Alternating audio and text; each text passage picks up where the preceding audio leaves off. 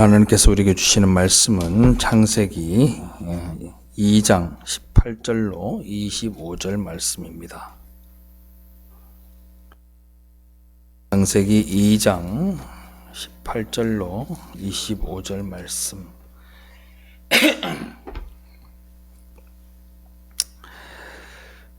창세기 2장 18절로 25절 말씀입니다. 한 절씩 교독하겠습니다. 여호와 하나님이 이르시되 사람이 혼자 사는 것이 좋지 아니하니 내가 그를 위하여 돕는 배필을 지으리라 하시니라. 여호와 하나님이 흙으로 각종 의지품과 공중의 각종 새를 지으시고 아담이 무엇이라고 부르나 보시려고 그들을 그에게 지어다시니 아담이 각 생물을 부르는 것이 곧 그의 이름이 되었더라. 아담이 모든 가축과 공중의 새와 들의 모든 짐승에게 이름을 주니라. 아담이 돕는 배필이 없으므로 여호와 하나님이 아담을 깊이 땅전 시니에 갈빗대 하나를 취하여 하늘로 대신 세우시고 여호와 하나님이 아담에게서 취하신 그 갈빗대로 여자를 만드시고 그를 아담에게로 이끌어 오시니 아담이 이르시되 이는 내 뼈 중에 뼈요 살 중에 살이라 그것을 남자에게서 취하신즉 여자라 부르리라 하니라. 이러므로 남자가 부모를 떠나 그의 아내와 합하여 둘이 한 몸을 이룰지로다. 아담과 그의 아내 두 사람이 벌거벗었으나 부끄러워하지 아니하니라. 아멘. 할렐루야. 지난주에 우리는 하나님이 당신의 뜻과 계획에 따라서 천지 만물과 인간을 만드시고 보시기에 심히 좋은 상태, 토브라고 말씀을 드렸습니다. 선한 상태로 만들어 놓으셨지만 인간이 하나님의 은혜 밖으로 뛰쳐나가서 선악과를 따먹음으로 말미암아 그 선한 상태가 깨어지게 되었고 그로 인해서 반드시 죽게 되는 상태가 되었다. 그리고 이로 인해서 인간은 스스로 생명나무를 먹을 수 없는 존재가 되었지만 하나님께서 오직 은혜로 생명나무를 먹게 하게 하셨고 그 생명나무를 먹게 하시기 위해서 당신의 독생자 예수 그리스도를 이 땅에 보내시고 그 예수를 믿는 자들에게 은혜로 그 생명을 허락하셨다 말씀을 드렸습니다. 그리고 이러한 은혜가 마치 에덴 동산에서 한 강이 흘러나와서 사방으로 퍼져나가 흐른 것처럼 흘러나가게 되고 그 은혜가 흐른 곳, 그 강물이 흐르는 곳곳마다 많은 보석과 아름다운 귀금속들이 있는 것을 보여주며 그 귀금속 같은 존재들이 바로 우리의 신분이다라고 지난주에 여러분들에게 말씀을 드렸습니다. 이런 이야기가 있은 뒤에 나오는 본문이 오늘 우리가 읽은 창세기 2장 18절로 25절의 말씀입니다. 자, 먼저 18절 말씀을 우리 다시 한번 읽어봅시다. 시작. 여호와 하나님이 이르시되 사람이 혼자 사는 것이 좋지 아니하니 내가 그를 위하여 돕는 배필을 지으리라 하시니라. 아멘. 오늘 여기 보니까 좋지 못하다라는 말이 나옵니다. 혼자 사는 것이 좋지 아니하니라고 되어 있습니다. 아까 제가 좋다라는 단어는 히브리어로 뭐라 그랬죠? 토브라고 말씀을 드렸어요. 좋지 않다라는 말은 로토브라는 단어를 씁니다. 이 로라는 뜻이 사실 not이라는 뜻입니다. 그래서 아니다라는 뜻이에요. 좋지 않은 상태, 로토브라고 합니다. 그러니까 지금 하나님께서 아담에게 아담을 위한 돕는 배필을 주시는 사건은 하나님께서 인간이 선악과를 먹고 얘가 로토브된 상태가 될 것을 아시고 하나님이 다시 토브로 회복시킬 내용이 이 안에 들어있다고 보아야 합니다. 우리는요, 예수가 아니면 하나님이 아니면 우리는 로토브 상태예요. 하나님께 선하지 못한 것은 그건 부정한 것이며 우리는 반드시 죽을 수밖에 없는 상태의 사람이 되는 겁니다. 그런데 하나님이 우리가 부정하고 우리가 선하지 못한 것을 선하게 하시기 위해서 어떤 조치를 취하시는데, 어떤 조치를 뭐냐? 그게 바로 돕는 배필의 의미가 바로 거기에 있는 겁니다. 그런데 뭐로 여자를 만들었다고 하죠? 사람의 갈빗대로 만들었다고 합니다. 그런데 눈 뜨고 있을 때 갈빗대로 만든 것이 아니라 잠자는 상태에서 하나님이 그 갈빗대를 떼어냅니다. 성경에서 이야기하는 잠이라는 것은 육신의 죽음과 같은 의미입니다.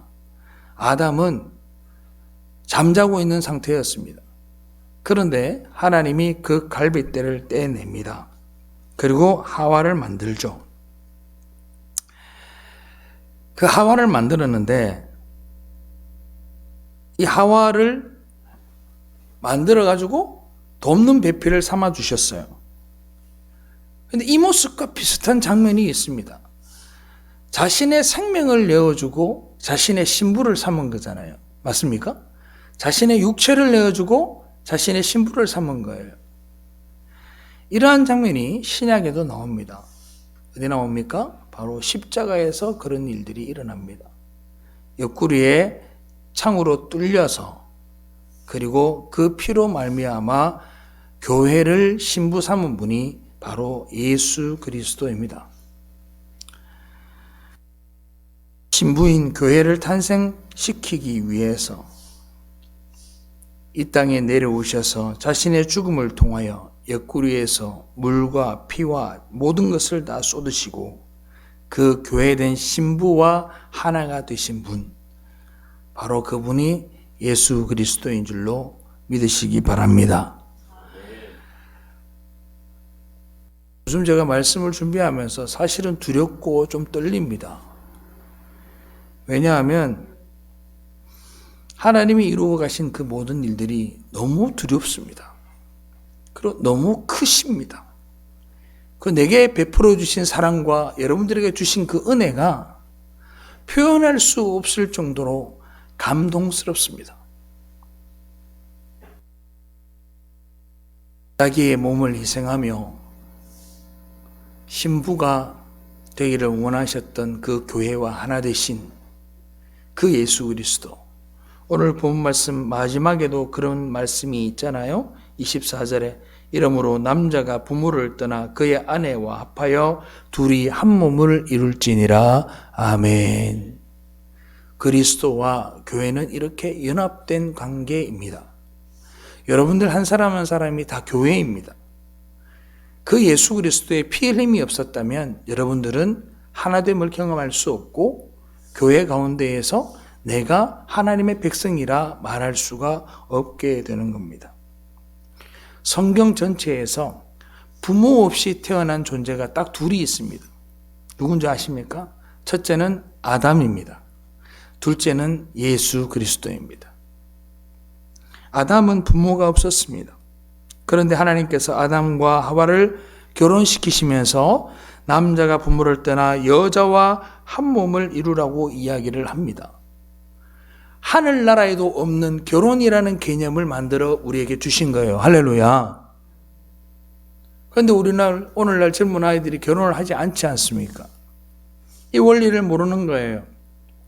하나님이 결혼을 만들어 주신 것은 하나님께서 신랑 되신 예수 그리스도와 우리가 어떻게 연합될 것을 우리에게 계시해 주고 계시는 겁니다.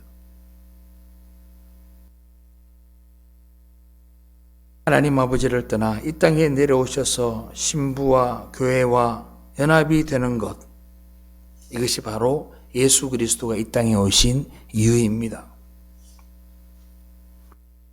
오늘 본문의 이야기는 하나님께서 선악과를 따먹고 선악을 알게 되어 참된 선을 깨버림으로 보시기에 좋지 못한 상태, 로토브의 상태로 만들어버린 인간들을 예수 그리스도를 통하여 다시 보시기에 좋은 상태, 곧 토부의 상태로 만드실 것을, 어떻게 만들어 가실 것을 우리에게 그림으로 보여주시는 겁니다.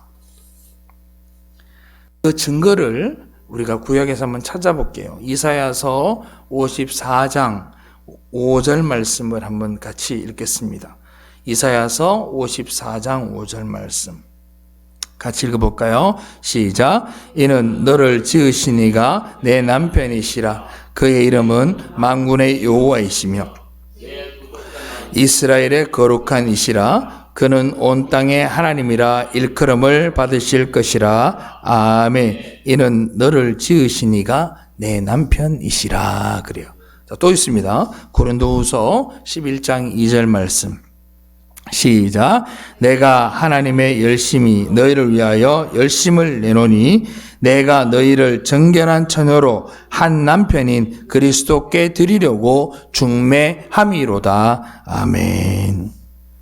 하나님께서 인간이 타락을 하고 하나님을 떠나버려 선이 깨어져 버리고 불의한 존재가 된 상태를 성경은 아담이 독처하는 것으로 묘사를 하고 계시고 그 깨져버린 선을 회복하는 방법을 당신 자신의 죽음을 통해서 갈비뼈로 신부가 탄생하는 장면으로 우리에게 힌트해 주고 계시는 거예요. 할렐루야. 성경 처음과 끝은요, 전부 예수를 가리키고 있어요. 그런데 세상 사람들은 예수를 믿기 싫은 겁니다. 우리가 어떤 사건을 바라볼 때요, 이게 맞다라고 이야기하기 위해서는 두 가지 전제 조건이 필요합니다. 첫 번째는 증명이 필요합니다. 두 번째는 증거가 필요합니다. 증명이라고 하는 것은 어떤 것이냐 하면, 예를 들어서 내가 카메라로 사진을 찍는다든지 동영상으로 그걸 찍어서 그걸 보존하고 있다가 보여주면서 증명하는 것을 우리는 증명이라고 얘기하겠죠. 증거는 어떤 거죠? 피 묻은 칼, 십자가 나무, 골고다 언덕에 뚫린 구멍, 그리고 역사책에 있는 것들, 이런 것들이 증거가 되겠죠. 예수 그리스도라는 존재는 증거는 차고 넘칩니다. 예수 그리스도를 부인할 수 없어요. 모든 역사학자는 예수 그리스도가 이 땅에 오셨다는 것에 대해서는 모두가 인정을 합니다. 그런데 인정하지 못하는 부분이 있어요. 그게 뭐냐? 바로 부활입니다. 부활은 예수님이 부활하셔서 아직까지 살아 계시거나 아니면 그거를 CCTV로 좀 찍어놨다가 보관해 놓거나 그래서 증명하면 좋을 텐데 그 부활의 증명과 증거가 부족하다 보니 사람들이 믿기 싫어하는 겁니다. 분명한 것은 이 땅에 예수 그리스도가 오신 것은 맞고 그 예수 그리스도의 모든 이야기는 이 성경에 다 담겨 있음에도 불구하고 사람들은 예수 그리스도를 받아들이기 싫은 겁니다. 왜요? 이유가 있어요. 이유가 뭔지 아세요? 만약에 부활이 사실이면 그들은 예수를 믿어야만 하기 때문입니다. 이게 얼마나 무서운 말이냐.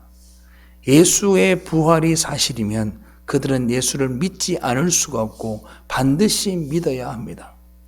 그 상황이 싫은 겁니다. 그런데 여러분들은 어떠세요? 저와 여러분들은 그 예수 그리스도를 만났고 믿어야 하기 때문에 믿었고 그 예수 그리스도가 내 안에 들어왔으니 여러분들은 하나님의 백성이 된 줄로 믿으시기 바랍니다. 얼마나 많은 증거가 있다고 사람들이 믿는 게 아니에요.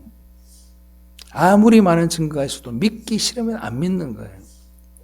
특히나 포스트 모더니즘이라는 이 세상 속에 머물러 있는 많은 사람들은 자기가 믿고 싶은 대로 믿고 자기가 해석하고 싶은 대로 합니다. 왜요? 원칙이 없고 중심이 없기 때문에 그렇습니다.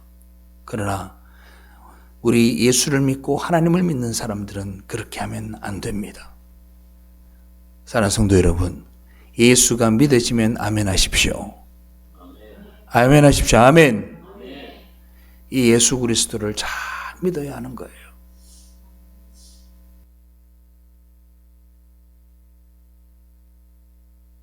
그래서 아담은 예수 그리스도를 예표하는 것이고 하와는 교회를 예표하고 신부를 예표하고 있는 겁니다. 그래서 이것이 신약 성경에 명확히 드러나게 있는 한 성경 구절이 있습니다. 우리가 에베소서 5장 31절로 32절 우리 다 같이 한번 봅시다. 다 같이 한번 읽겠습니다. 시작. 그러므로 사람이 부모를 떠나 그의 아내와 합하여 그 둘이 한 육체가 될지니 이 비밀이 크도다. 나는 그리스도와 교회에 대하여 말하노라. 아멘. 그리스도와 교회가 신랑과 신부가 되고 아담과 하와가 되고 할렐루야.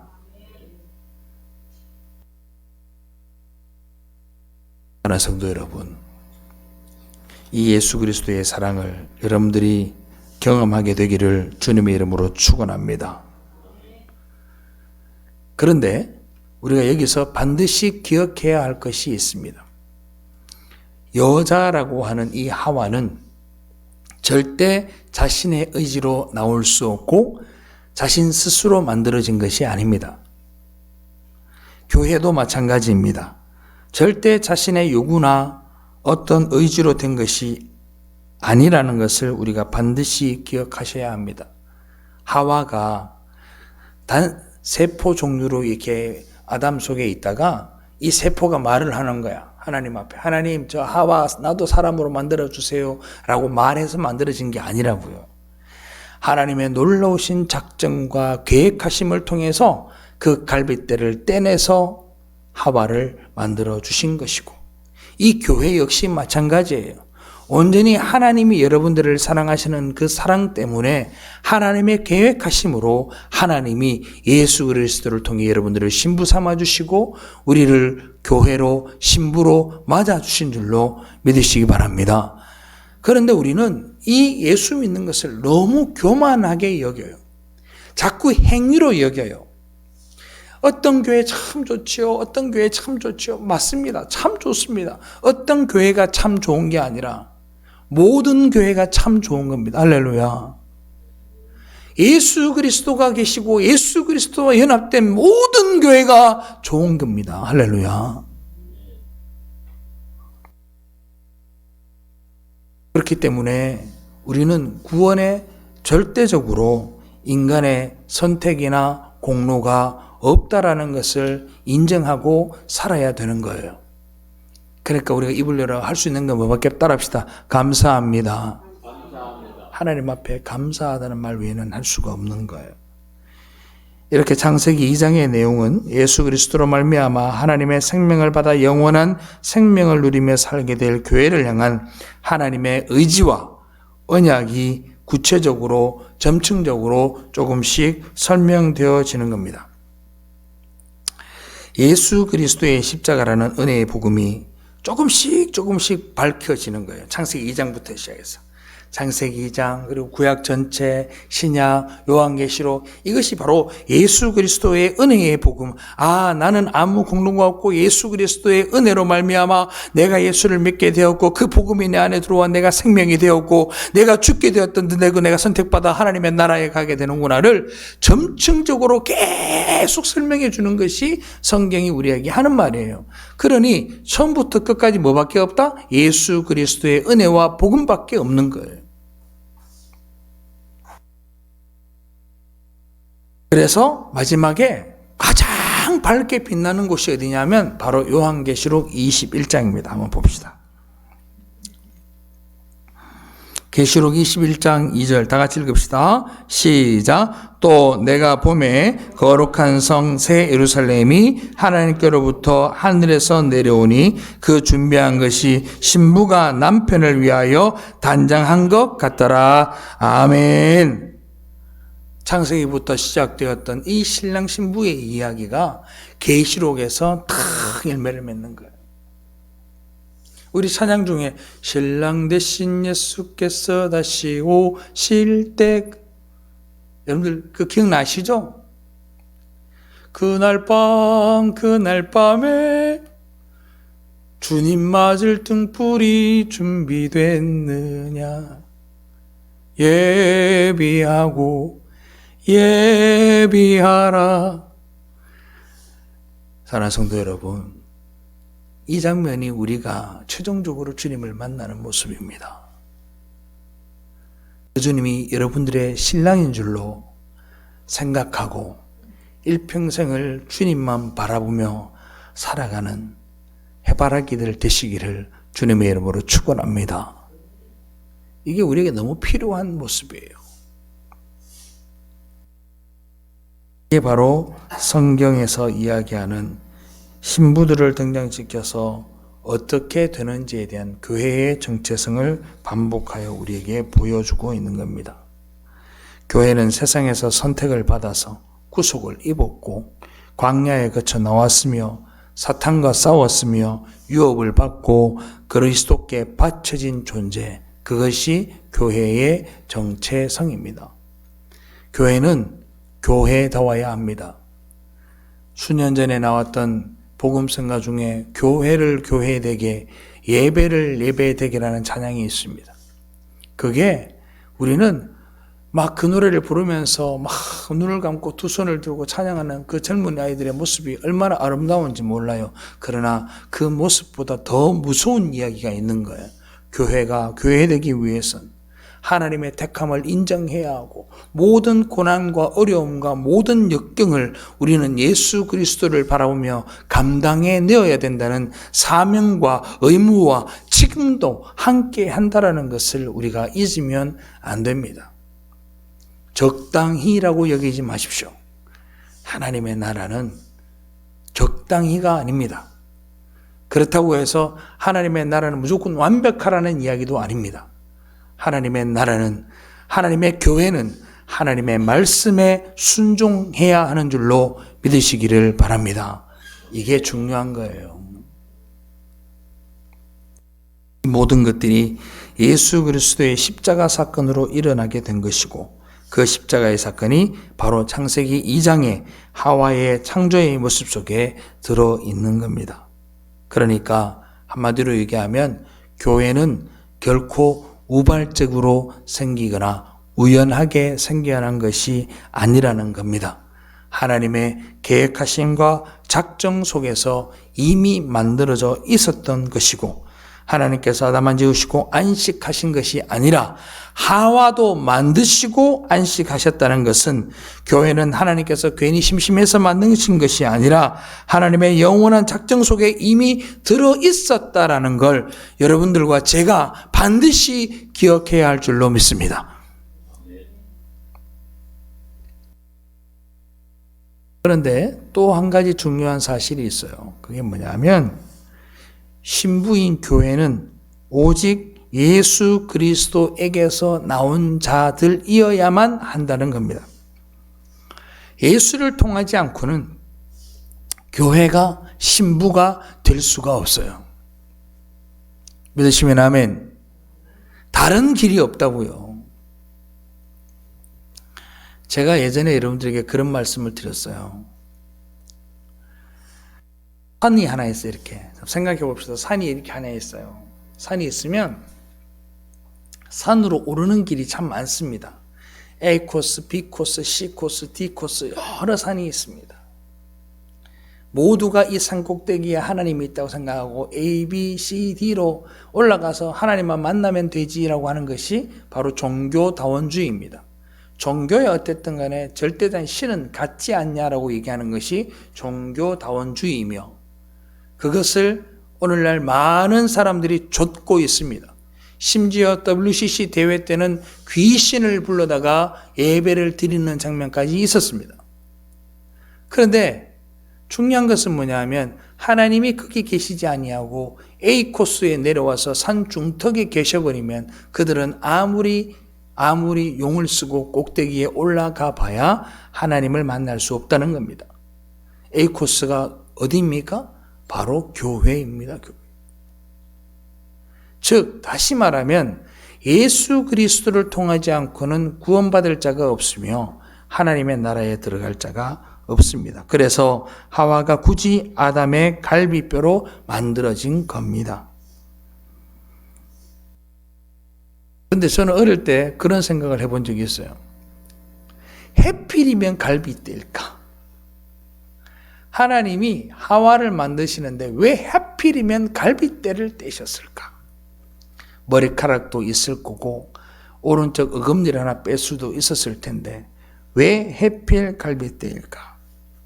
그것은 바로 예수 그리스도와 교회의 탄생이 어떠할 것인지를 우리에게 미리 보여주신 겁니다. 하나님의 백성들인 교회가 꼭 예수 안에서만 나와야 한다는 사실은 오늘 본문에도 나와 있습니다. 성경을 주의 깊게 보신 분들은 오늘 본문을 읽으면서 조금 이상한 걸 발견하셨을까요? 한번 볼까요? 자, 보세요. 분명 18절에 보면 내가 그를 위하여 돕는 배필을 지으리라 하시니라 라고 얘기를 했는데, 그리고 난 다음에 내용이 어디로 이어져야 되냐 하면 21절로 20절로 바로 이어져야 되는데 19절을 한번 보세요. 여호와 하나님이 흙으로 각종 들짐승과 공중의 각종 새를 만든 이야기를 하고 아담이 그 이름을 붙인 이야기가 들어와 있어요. 그리고는 20절 마지막에 아담이 돕는 배필이 없으므로 그래요. 이게 왜 들어가 있을까 궁금하지 않으세요? 하나님이 창조하신 생명이 있는 창조물들은 모든 짐승들과 아담과 하와입니다. 그런데 이름을 짓는다라고 하는 것은 뭐냐면 이름을 짓는 자가 이름을 부여받은 모든 것들을 파악하고 있다라고 제가 말씀을 드렸어요. 내가 만약에 얘한테 이름을 짓는다라고 하는 것은 나는 야에 대해서 이 물건에 대해서 이 생명에 대해서 모든 것을 알고 있다라는 의미가 있다고요. 그래서 이스라엘 사람들은 누군가 이름을 지어주면 이 아이에 대해 모든 것들을 내가 가장 잘 알고 있는 사람이라고 생각하시면 돼요. 그런데 아담이 이름을 막 짓습니다.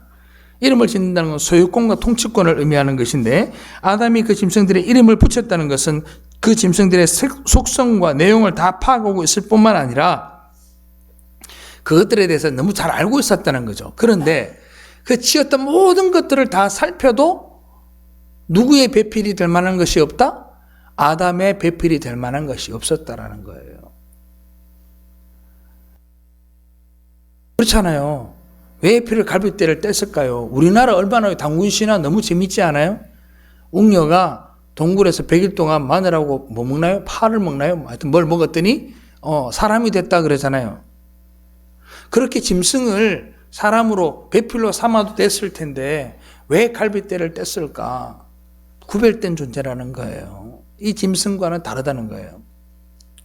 자, 어떻게 다르냐 한번 봅시다. 자, 창세기 2장 7절 다 같이 읽어봅시다. 시작. 여호와 하나님이 땅에 흙으로 사람을 지으시고 생기를 그 코에 불어넣으시니 사람이 생명이 되니라. 아멘. 여기서 생명이라고 번역된 단어는 히브리어로 하이 네페시 하야라고 합니다. 잘 들으세요. 하이 네페시를 기억하세요. 그리고 하야를 기억하셔야 돼요.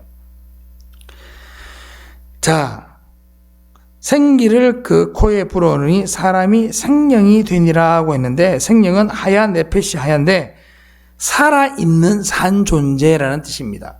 살아있는 산 존재라는 게 뭔 말이냐면 그냥 목숨만 붙어 있는 게 아니라 존재적으로 영이 있는 존재를 하야, 살아있는 하이 네페시 산 존재라고 이야기를 해요. 자, 어떻게 구별되느냐 하면 짐승들에게도 똑같은 단어가 부여가 됩니다. 자, 창세기 2장 19절 우리 아까 다시 한번 읽어볼까요? 자, 시작. 여호와 하나님이 흙으로 각종 들짐승과 공중의 각종 새를 지으시고 아담이 무엇이라고 부르나 보시려고 그것들을 그에게로 이끌어 가시니 아담이 각 생물을 부르는 것이 곧 그 이름이 되었더라. 아멘. 여기서 각 생물이랄 때 생물 있죠. 생물이라는 단어가 히브리어로 하이네페시예요. 근데 하야가 빠졌어요. 살아서 있다. 살아있는 존재라는 의미는 하이네펫인데 산존재, 살아있다라는 의미를 부여하기 위해서는 하야라는 단어가 반드시 부여가 되어야 합니다. 살아있는 산존재. 인간에게만 부어진 그 생기로 인해서 그 살아있는 존재들 하이네펫이들과 다른 건 뭐냐면 인간은 하이네펫이 하야가 된 거예요. 그걸 우리는 생명이라고 이야기를 하는 거예요. 짐승들과는 달라요. 생기가 있다는 얘기는요, 따라합시다. 생명을 인지하고 지각하고 알 수 있다. 느낀다는 거예요. 생명을. 생명의 기운을 뜻하는 거예요. 인간에게만 주인 거예요. 자, 생명을 아까 제가 하이네페시 하야 그랬죠. 그러면 생기는 뭘까? 생기를 불어넣으니라고 했는데 생기는 뭐냐? 생기는 히브리어로 니스마트 하임이라고 하는데 따라합시다. 생명의 기운. 생명의 기운을 하나님이 후 하고 불어넣으신 거예요. 이와 같은 단어가 잠언 20장 27절에 나옵니다. 다 같이 읽어봅시다. 자, 화면 보시고 시작. 사람의 영혼은 여호와의 등불이라 사람의 깊은 속을 살피느니라. 아멘. 여기서 영혼이라고 번역된 단어가 바로 니스마트 하임, 바로 생기라는 의미입니다. 즉 다시 말하면 뭡니까? 영혼을 불어넣은 겁니다. 어떤 영혼이에요? 하나님의 혼을 불어넣은 겁니다. 하나님의 생명의 기운을 불어넣은 겁니다. 사랑하는 성도 여러분, 생명을 알아보고 생명을 지각하고 생명을 느낄 수 있는 존재, 그게 인간입니다. 살아있는 인간입니다. 그래서 좀 비슷한 예를 하나 들어드릴게요. 감정을 사람이 느끼잖아요. 감정을 느끼는 거랑은 달라요. 어떤 사람을 만났는데 영적으로 이렇게 충돌이 되는 사람이 여러분들 있는지 모르겠어요. 그런 사람들이 있습니다. 저는 모르겠어요. 그게 어떤 건지 제가 보이지 않는 것들이기 때문에 제가 증명할 수는 없지만 무당을 만난다든지 점을 치는 사람을 만나든지 하면 저는 굉장히 마음이 안 좋아요. 좀 정확하게 얘기하면 내 영적 상태가 별로 안 좋아져요. 그리고 또 어떤 일이 있었냐면 좀 재밌는 이야기를 하나 해드릴게요. 여기 대구노회에 이제 한 10여 년 전에 대구노회에 계셨던 목사님 사모님들이 캄보디아 앙코르와트를 관광을 가신 적이 있어요. 여러분들 그 앙코르와트가 그 피해 사원이라고 보시면 됩니다. 그런데 그 앙코르와트와 전쟁 킬링필드를 갔는데 그 목사님 사모님들이 전부 다 가슴을 부여잡고 있는 거예요. 실제 들은 이야기입니다. 우리 노예 목사님들이니까. 너무너무 가슴이 아프고 그 내용을 알지도 못했는데 그런 것들이 있는 게 바로 인간이 느낄 수 있는 힘이라고 저는 생각을 해요. 짐승들에게는 주어지지 않은 생명의 기원을 받아서 생명을 감지하고 생명을 알아볼 수 있는 존재, 구별된 존재, 그게 바로 저와 여러분들입니다. 할렐루야. 하나님은 그렇게 생명을 알아보고 지각하고 추구할 수 있는 생명의 기운, 생기를 우리에게 주셨습니다. 그런데 그럼에도 불구하고 우리는 생명을 차버렸죠. 그 생명을 차버린 죄책에 대해서 하나님이 우리에게 물으시는 것이고, 타락하여 죄를 지은 인간들에게 이제는 생명의 기운 정도가 아닌 생명 자체를 이 땅에 보내주셨는데 그분이 바로 예수 그리스도이시다. 할렐루야. 그러니까 성경이 말하는 바는 첫사람 아담은 생기를 받아서 생명을 알아볼 수 있고 감지할 수 있고 추구할 수 있는 존재였고, 나머지 짐승들은 생명이 무엇인지 알아볼 수도 감지할 수도 생명을 추구할 수도 없는 존재들이었습니다. 이제 사람하고 짐승 차이를 아시겠죠? 그런 게 달라요. 그런데 요즘 어때요? 짐승들도 영혼이 있다고 생각을 하고 그렇게 하는 것들이 성경적으로는 결코 옳지 않습니다. 왜 성경이 예수 그리스도로 말미암아 교회의 탄생을 예표하는 하와의 창조 사이에 짐승들을 갑자기 등장시켰을까? 이유가 바로 그것 때문이에요. 오로지 아담을 배필할 수 있는 존재는 하나님이 택한 백성들밖에 없다라는 거예요. 할렐루야. 여러분들 말고는 신랑 대신 예수 그리스도의 신부가 될 수가 없어요. 오직 예수 그리스도를 통해서만 신부가 될 수 있고 이 교회를 통해서만 신부가 될 수 있음을 여러분들이 알고 계셔야 합니다. 예수 그리스도의 신부인 교회는 하나님을 알아보지 못하고 그분이 주시는 생명을 추구할 수 없는 세상과는 달라야 합니다. 즉 짐승과는 달라야 하는 것, 세상과는 달라야 합니다. 우리는요 그들과 같을 수 없는 거예요. 예수 그리스도 안에서 하나님을 알아보고 하나님이 주시는 생명을 추구하고 땅에서 눈을 들어 하늘을 바라보는 자들이라는 것을 우리가 잘 알고 있어야만 합니다. 자, 다시 말씀으로 돌아와서 그 예수의 갈비뼈로 만들어진 교회는 분명 예수 그리스도의 성분과 속성을 가져야 합니다. 그죠? 자, 성경은 뭐라고 얘기하느냐? 창세기 2장 23절로 24절. 우리 다 같이 읽어봅시다. 시작. 아담이 이르되 이는 내 뼈 중에 뼈요 살 중에 살이라 이것을 남자에게 취하였은즉 여자라 부르리라 하니라.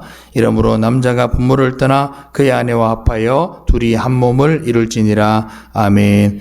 성경은 분명 교회는 짐승들과는 달리 예수 그리스도에게서 나온 예수 그리스도의 살 중에 살이요 뼈 중에 뼈라고 기록을 하고 있습니다. 그렇기 때문에 교회는 예수 그리스도의 삶의 원리인 십자가의 삶을 추구하고 살아야 합니다. 그리고 내가 죽어야 합니다. 나를 비워야 합니다. 하나님의 원수들의 유익을 구하신 하나님과 원수들의 유익을 구하신 예수 그리스도의 자기 부인의 삶을 우리가 살아야 하는 거예요.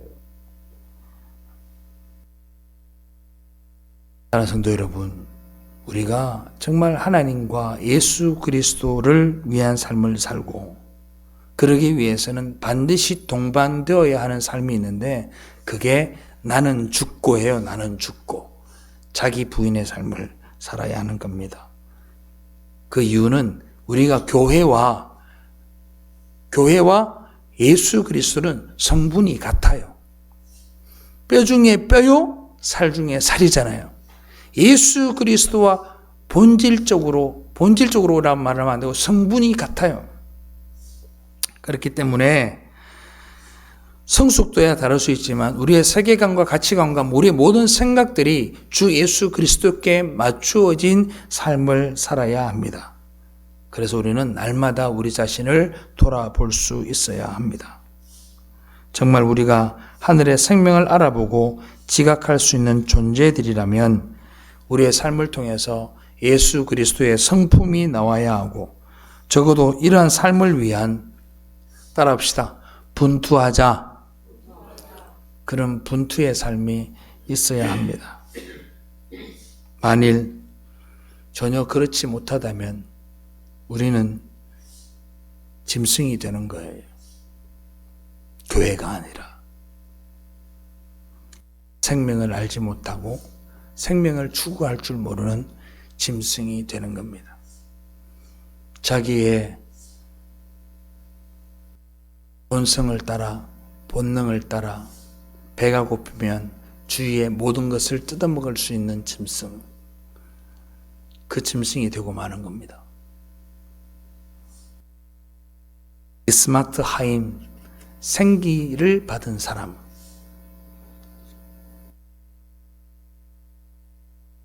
우리는 그저 티끌이기 때문에 생명을 알아보지 못하고 생명을 추구하지도 않습니다. 그들은요, 그냥 짐승일 뿐이에요. 티끌일 뿐입니다. 생기가 들어가지 아니하면 생명이 될 수가 없습니다. 여러분들 세상 사람들 한번 보세요. 하나님을 알지 못하는 사람들 한번 보세요. 그들이 얼마나 선하게 살아갑니까? 솔직히 제가 봐도 저보다도 훨씬 인격이 좋고 훨씬 착하게 살아가는 사람들이 엄청나게 많은 것 같아요. 저는 화도 나면 욕도 한 번씩 합니다. 그런데 욕도 전혀 하지 않고 얼마나 인자한 사람들이 많이 있는지 몰라요. 그런데 그들은 예수가 없고 저는 예수가 있습니다.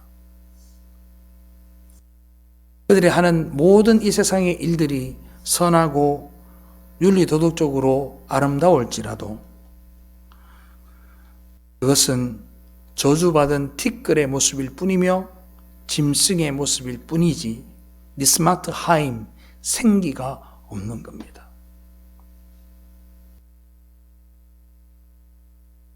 사랑하는 성도 여러분, 생명을 붙들고 가기를 바랍니다. 오늘날 이 세상과 가장 비슷한 모습이 어디에 나옵니까? 노아의 방주 시대에 그 내용이 나옵니다. 한번 볼까요? 누가복음 17장 26절로 30절. 좀 길지만 우리 같이 읽어봅시다. 시작. 노아의 때에 된 것과 같이 인자의 때에도 그러하리라. 뭐라 그래요? 노아의 때 된 것 같이 인자 때에도 그러하리라. 계속 읽어볼게요. 노아가 방주에 들어가던 날까지 사람들이 먹고 마시고 장가들고 시집가더니 홍수가 나서 그들을 다 멸망시켰으며 또 롯의 때와 같으리니 사람들이 먹고 마시고 사고 팔고 심고 집을 짓더니 롯이 소돔에서 나가던 날에 하늘로부터 불과 용이 비오듯 하여 그들을 멸망시켰느니라. 인자가 나타나는 날에도 이러하리라. 아멘. 할렐루야. 이들이 멸망의 날들입니다. 노아의 날도 멸망의 날이요, 롯이 있었던 소돔과 고모라도 멸망의 날입니다. 그 멸망의 날에 있었던 일이 뭐죠? 이들이 정말 극도로 모든 백성들이 타락한 모습을 하고 있었나요? 이 둘의 공통점이 뭐예요? 먹고 마시고 시집가고 장가가고 또 뭡니까? 이게 보니까 집을 짓고 팔고 심고, 이거를 한마디로 얘기하면 뭐죠? 따라합시다. 일상생활. 그냥 일상생활을 한 거예요. 먹고 마시고 시집가고 장가가는 게 나쁜 겁니까? 팔고 심고 집을 짓는 게 나쁜 거냐고요? 일상생활을 하는 거예요. 일상생활.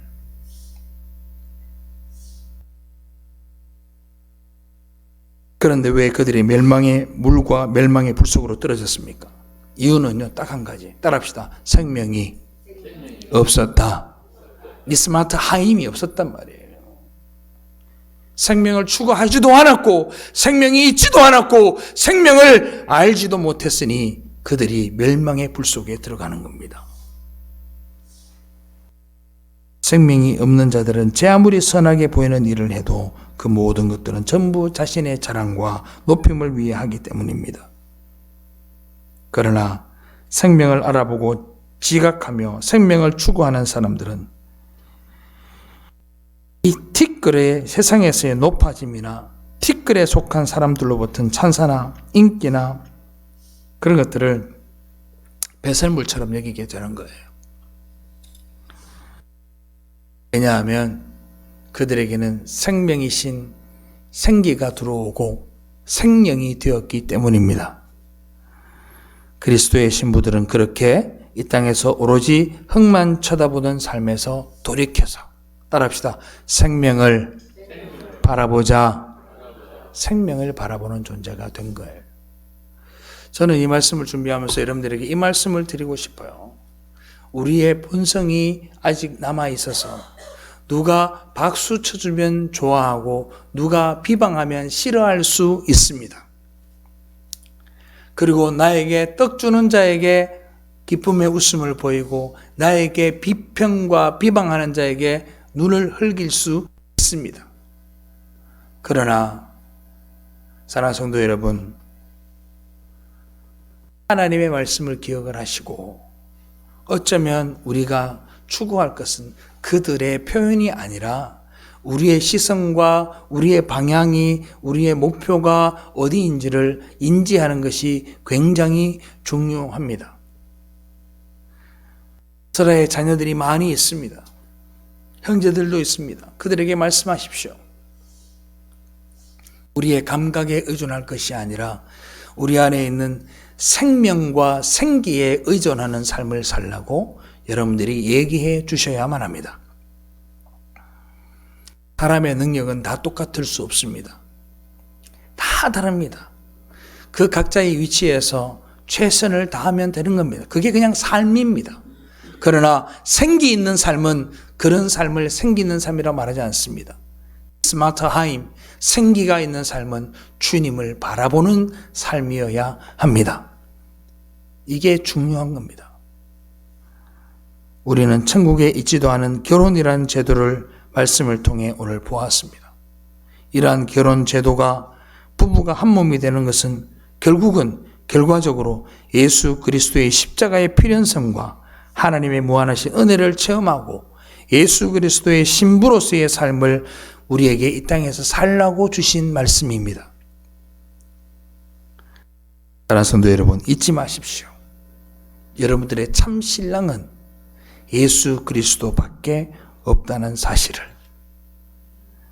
그리고 그분의 아름다운 준비된 신부로 여러분들이 이 땅의 삶을 잘 살아내시기를 주님의 이름으로 축원합니다. 기도하겠습니다.